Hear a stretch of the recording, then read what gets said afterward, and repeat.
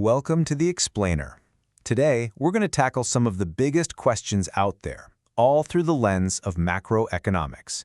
And to make it stick, we're going to use all these ideas to understand a real economic powerhouse, India. So let's just dive right in. What are those huge questions that literally keep economists up at night?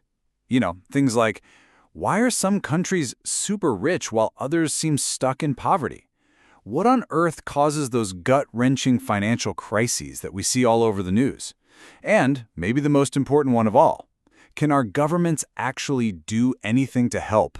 Well, to even begin to get our heads around these massive questions, you need the right tool. And that tool, that specific way of looking at the world, is called macroeconomics.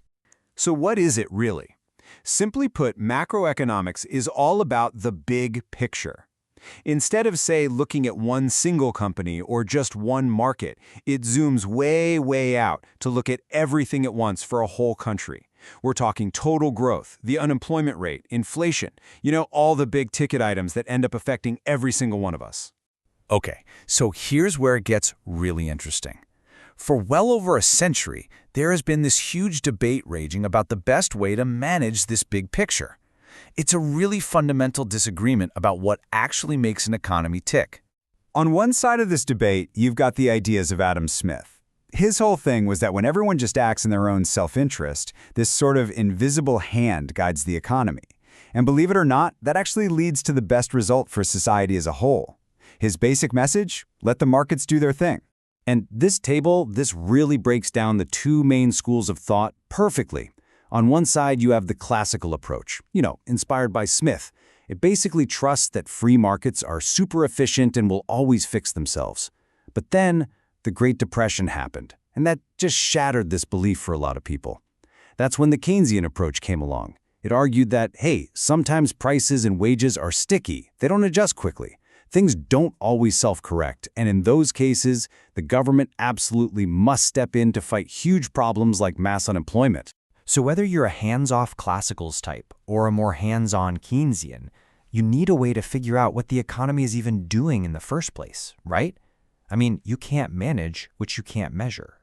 The main tool for this job is something you've probably heard of, gross domestic product, or GDP. The easiest way to think about it is like a single economic pie.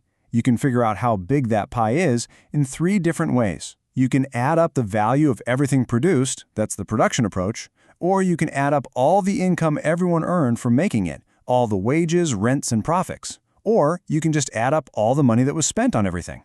And here's the cool part. All three methods should give you the exact same number. All right, so now we have our tool, GDP. Let's actually put it to work. We're going to take a snapshot of one of the most fascinating and frankly fastest growing economies on the entire planet, India. So, first things first, let's just talk about sheer scale. When you adjust for what your money can actually buy in a country, it's a measure called purchasing power parity, or PPP. Well, India's economy is just massive. We're talking the third largest in the entire world, right behind China and the United States. So what's the engine powering this giant economy? You might think farming or factories, but it's not. The undisputed driver here is the services sector, making up over 60% of the entire pie. We're talking software, IT support, banking, tourism, the whole shebang. And this reliance on services is a really key feature that makes India's growth story pretty different from a lot of other countries. And if you just measure that in raw US dollars, what we call nominal GDP, you get this mind-boggling number, $3.5 trillion. To put that into perspective for you, that is bigger than the entire economies of the UK or France. It's a truly colossal figure. But, and this is a big but, those huge headline numbers don't tell the full story.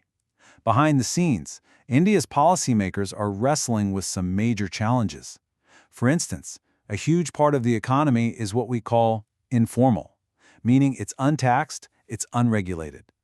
And that makes it incredibly difficult for the government to raise money for stuff like better roads and schools, and it also makes it really tough to implement effective economic policies for everyone. And this leads us to a really crucial point.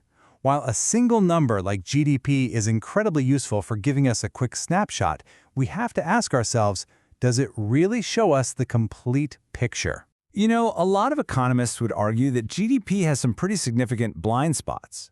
For example, it doesn't tell you how that $3.5 trillion is actually distributed among the people. It doesn't measure the environmental cost of all that growth. It doesn't tell you much about the well-being of a nation's citizens. And, crucially for our example, it totally misses all the economic activity that's happening off the books in that huge informal sector. And listen, this isn't just some abstract academic debate. It's especially important for a country like India. With its huge regional differences and that massive informal economy we talked about, a rising GDP doesn't automatically mean a better life for every single citizen. The benefits of all that growth might not be reaching everyone equally. Which brings us to our final and maybe most important thought for today. If GDP is an incomplete scorecard for a country's success, what else should we be looking at? What are we missing?